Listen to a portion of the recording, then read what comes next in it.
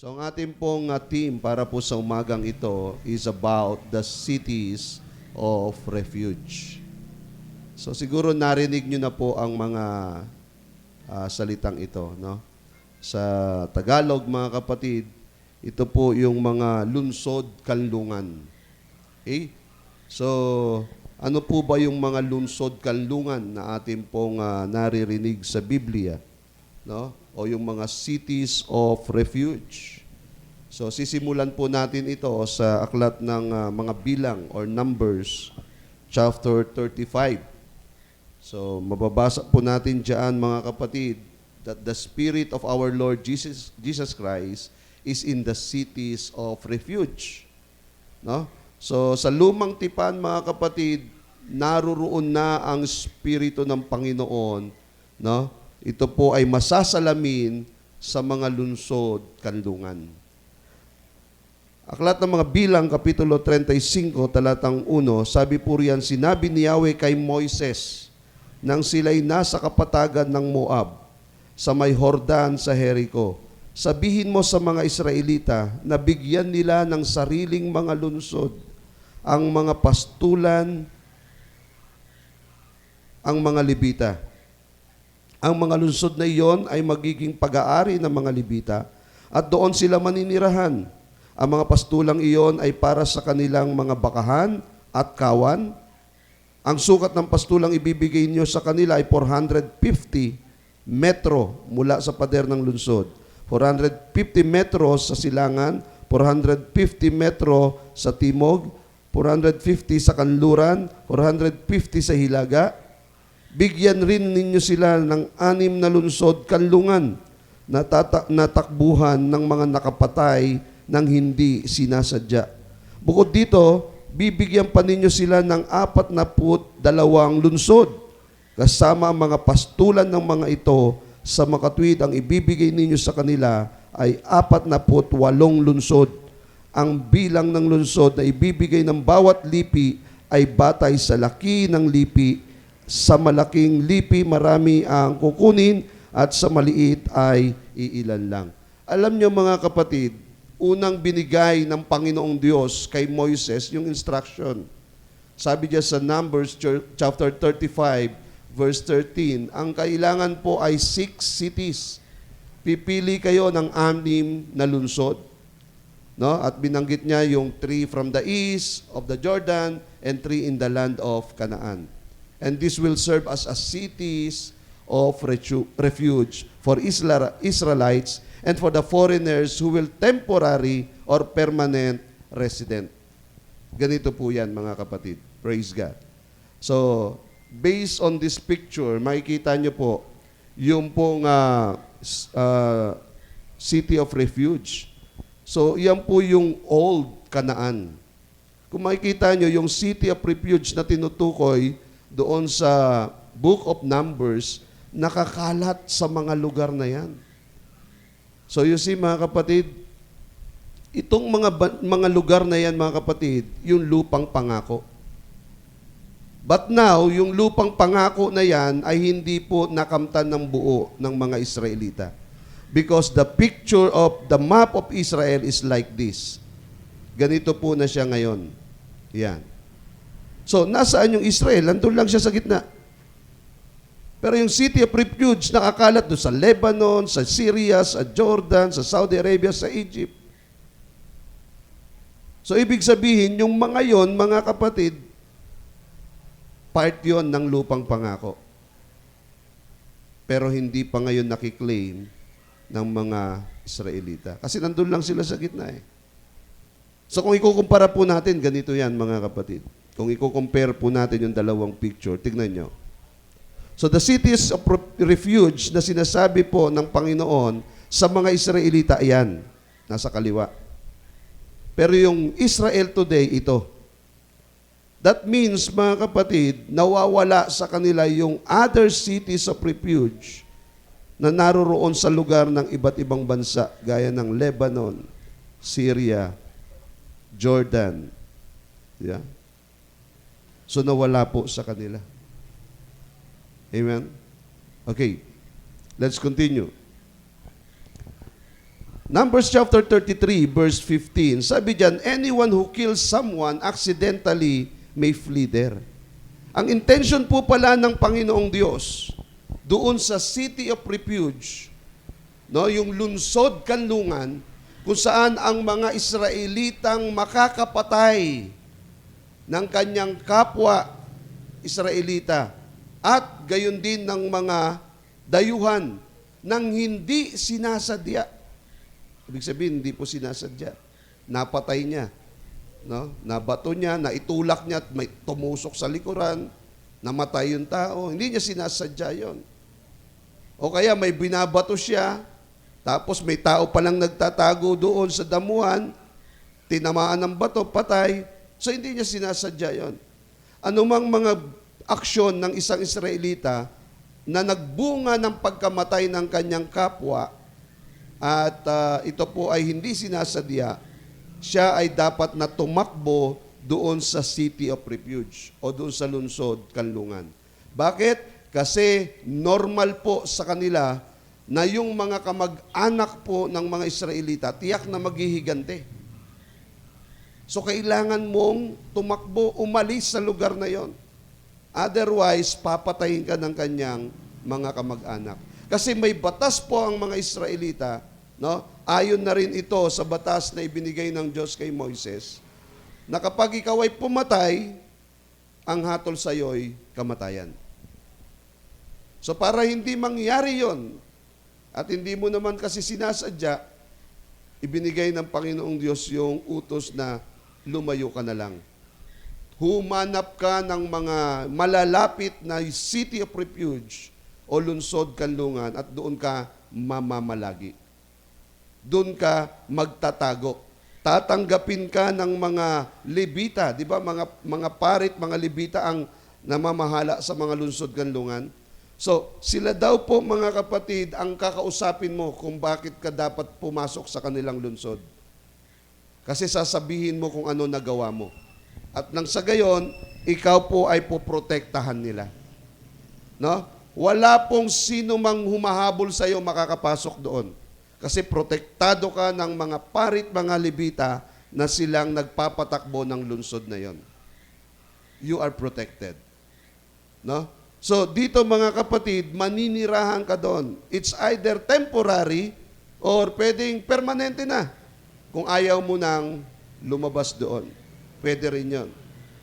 Ngayon, kung meron kang intention bumalik doon sa iyong tunay na bayan, makakabalik ka lang kung ang pari o saserdote doon sa lungsod na yon, ng lungsod ng kanlungan, no, ay mamamatay na. So, yun po yung pulisiya doon.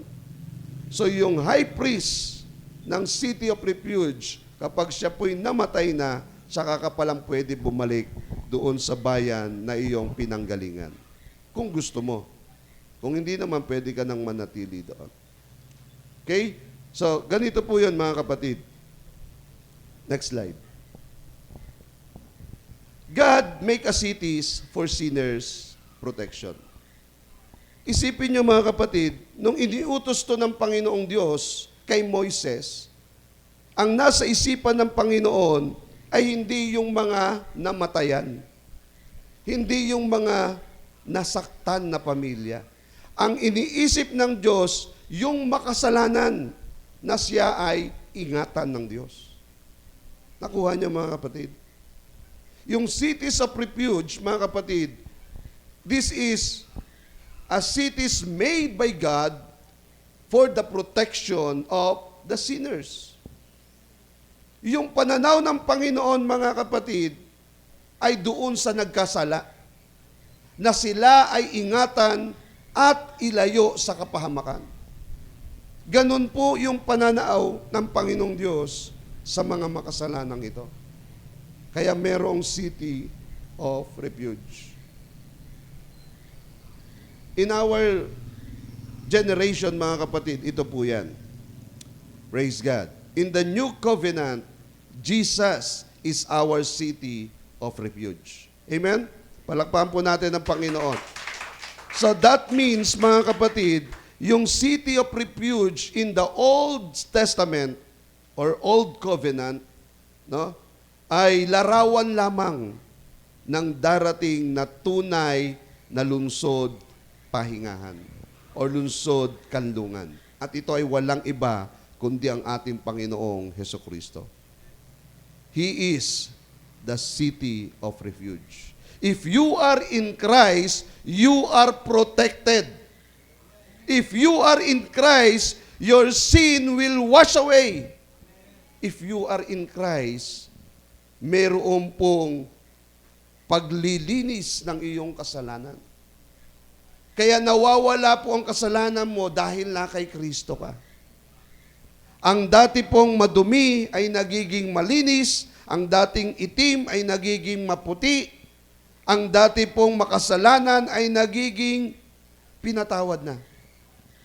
Matuwid na sa harapan ng Diyos because of the Lord Jesus Christ.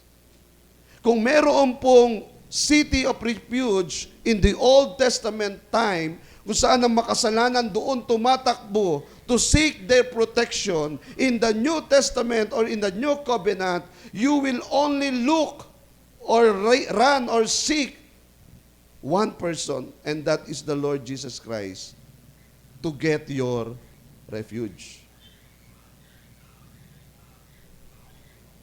Ganun po kabuti ang Panginoon, mga kapatid. Pinangangalagaan niya maging ang mga nagkakasala. Kaya kung isi-share niyo po si Jesus Christ sa iba, alam niyo kapatid, napakabuti ng Panginoon. Kasi nung ginawa niya yung city of refuge, ang nasa isipan niya, yung makasalanan. Yung makasalanan. Kung papaano siya iingatan, puprotektahan, at muling ire-restore ng Panginoon. Ganon din tayo. Amen? Ganon din po tayo. Tayo pong lahat ay makasalanan. Ang lahat ay nagkasala at hindi nakaabot sa kaluwalhatian ng Diyos. At alam po natin na ang kabayaran ng kasalanan ay kamatayan. Kagaya rin sa Old Testament time. If you kill someone, you will surely die. You will also be killed by the community. Ganon po ang batas. In a spiritual world, mga kapatid, sabi po ng Biblia, ang kabayaran ng kasalanan ay kamatayan. But glory to God, nasumpungan natin ang lunsod ng kanlungan sa ating Panginoong Hesukristo. Palakpakan po natin ang ating Panginoon. Now, tayo po mga kapatid ay pinoprotektahan na ng Panginoon. Wala na pong paghahatol sa iyo, sabi ng Biblia. If you are in Christ, there is no more condemnation because you are protected by Jesus. He is your wall. He is your Jericho wall, the Lord Jesus Christ. Let's continue. In the book of Numbers, chapter 35, verse 22, sabi po riyan mga kapatid, babasahin ko na lamang po sa Tagalog para maiintindihan ng lahat. Verse 22, sabi po riyan,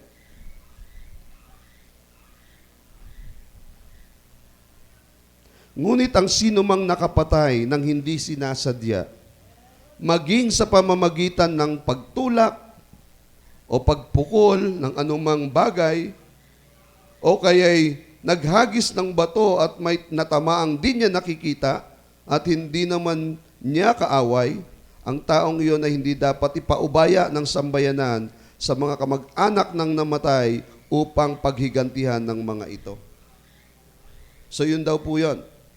Hindi dapat daw po ibigay sa kamay ng komunidad upang hatulan ng mga kamag-anak ng namatayan. Next. Verse 24. Ang taong iyon ay hindi dapat ipaubayan sambayanan ng mga kamag-anak ng namatay upang paghigantihan ng mga ito. Siya ay pangangalagaan ng sambayanan sa kamag-anak na gustong maghiganti. Ibabalik siya sa lungsod kanlungan at mananatili roon habang nabubuhay ang kasalukuyang pinakapunong pari. Ito na po yun, yung binabanggit ko. No? You must live there until the death of the man who is then high priest. So, yun daw pong nagkasala. Tatakbo siya doon sa lungsod kanlungan. At pagkatapos, mananatili siya doon, mamamahay siya roon, doon na siya mamumuhay kung kailan mamamatay yung punong saserdote. So yung tanging paraan na makabalik siya sa kanyang lungsod, kung mamamatay na ang punong saserdote na inabutan niya doon. How if kung ang punong saserdote ay 50 anyos lang? Eh yung mga tao noon namamatay, 100, 90, 100, 110. Isipin nyo kung 50 lang siya naging high priest, ang daming taong mong maghihintay. Kung kailan siya mamamatay, tsaka ka lang pwedeng bumalik doon. Kaya sanayin mo na ang sarili mo, yun na ang bago mong bayan. Yun na yung bago mong lungsod. Kasi kung maghihintay ka sa kamatayan ng high priest, hindi mo tiyak kung kailan yon. Pero yun lang ang tanging paraan ayon kay Yahweh na ang isang nagkasala ng pagpatay na di sinasadya ay makakabalik sa kanyang lungsod kapag namatay na yung punong pari, punong saserdote ng tinakbuhan niyang city of refuge. What is the relevance of this system sa ating pong panahon? Ganito po yan, mga kapatid. Praise God. In Numbers chapter 35, verse 26, if you leave the city of refuge to which you have escaped, and if the dead person's relative finds you and kills you, this act of revenge is not murder. Kasi kung ikaw po tatakas doon sa city of refuge, habang buhay pa yung high priest na namamahala doon, at napatay ka ng mga kamag-anak ng napatay mo naman, wala po silang kasalanan. Under the law. Sa kanilang batas, wala pong kasalanan ang humahunting sa'yo kasi lumabas ka doon sa city of refuge, na hindi ka dapat lalabas doon kasi nga yun ang protection mo. And if you will die outside the city of refuge, the murderer committed no sin, no crime. Hindi siya pwedeng papanagutin sa kamatayan mo. Kasi ikaw ang nagkamali ayon sa batas ni Yahweh. And in the same thing, mga kapatid, tayo pong mga anak ng Diyos, nakasumpong kay Jesucristo ng kanlungan, and now we are under the feathers, or under the wings, or under the mighty hands of the Lord Jesus Christ. Your protection is now in Him. Now if you will go out and leave your city of refuge, hindi yun pananagutan ng kung sino man sa loob ng lungsod, kundi ng sarili mo. Ikaw ang mananagot. At kung ano man ang mangyari sa iyo sa labas, huwag mo silang sisihin. Kasi tinukso ko niyan, Kasi yan po nag-akay sa akin, Pastor. Nung umalis po ako sa LJC family, itong taong ito ang umakay sa akin na gumawa ng masama. Ito yung taong nag-akay sa akin, mahulog sa kasalanan. Huwag mo sisihin ng kung sino. It is you who sinned because you go out to the city of refuge. Nakuha niya, mga kapatid? Marami pong mga anak ng Diyos ang ganyan. Nasa loob sila ng pangangalaga ng Panginoong Jesucristo. Nasa loob sila ng protection ng Panginoon, but they seek their own freedom outside. And they lost. Napahamak po sila. At ngayon, mga kapatid, sino sisisihin mo? Wala kang dapat sisisihin. Kasi ikaw ang lumabas sa protection na ibinigay sa iyo ng Panginoon. Just like the City of Refuge Law. Katulad ng batas ng lungsod kanlungan. Ikaw ang lumabas, walang pananagutan ng sino mang makapatay sa iyo. Ikaw ang mananagot sa sarili mo. Pero kung hindi ka lumabas sana, mananatili kang protektado ng lungsod na yon. Amen? Kaya nga sabi ng Biblia, mga kapatid, if you are apart from me, you can do nothing. Sabi ng ating Panginoong Jesucristo, kung ikaw ay hiwalay sa akin, wala kang magagawa. You need the protection of the Lord Jesus Christ. Amen? Because He is our city of refuge. Next slide, please. Praise God. Any of you guilty of manslaughter must remain in the city of refuge until the death of the high priest. But after that, you may return home. Bakit ganito po yung batas na ito? Bakit kailangan mamatay pa yung high priest bago ka makauwi? Ano ang sinisimbolo ng kamatayan ng high priest? Doon sa mga taong nagkasala na tumira doon sa lungsod kanlungan. Gaya ng sinabi ko sa inyo kanina, mga kapatid, this law is a shadow of a real, anino po ito ng darating na tunay na kaganapan o mangyayari. Ano po yun, mga kapatid? Ito po yun. Praise God. Under this law, the death of the high priest will be your freedom. Amen? The death of the high priest will be your freedom. Magiging malaya ka na kapag namatay na ang dakilang saserdote. Makakabalik ka na doon sa dati mong lungsod. And under the new covenant, Christ is our high priest. Di ba? Sa Hebreo, mababasa nun ninyo, mga kapatid, na ang ating Panginoong Jesucristo ang ating dakilang saserdote. And we do have such a high priest who sat down at the right hand of the throne of the majesty in heaven and who serves in the sanctuary, the true tabernacle set up by the Lord, not by man. Sa kalangitan, may tunay na tabernakulo. Yung nandito sa lupa, picture lang yon. Yung tunay na tabernacle, nandun sa langit. Ang gumawa nun si Jesus. At siya ang dakilang saserdoteng nakaupo doon. At alam nyo, mga kapatid, it was already confirmed. The book of Numbers, chapter 35, kung saan sinasabi ang kamatayan ng high priest, magiging kalayaan ng taong nakapatay at makakabalik na siya sa kanyang dating tahanan o dating lungsod na tinitirhaan. In the new covenant, ang kamatayan ni Jesus Christ, yung ating high priest, ang nagpalaya ng ating mga kasalanan. Ang nagbigay kalayaan sa ating mga kasalanan. That is the relevance kung bakit kailangan mamatay yung high priest muna bago ikaw umuwi doon sa bahay mo.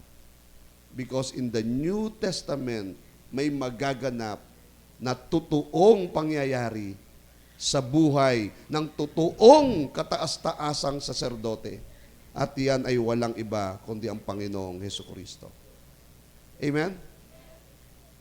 Kaya yung mga nangyari po doon sa Book of Numbers, yung po ay shadow lamang, anino lamang ng tunay na mangyayari sa hinaharap. At nakita po natin ang kaganapang ito. Now we are free. Now we are totally free because Jesus was died on our behalf.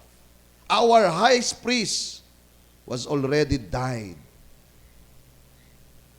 for our sins.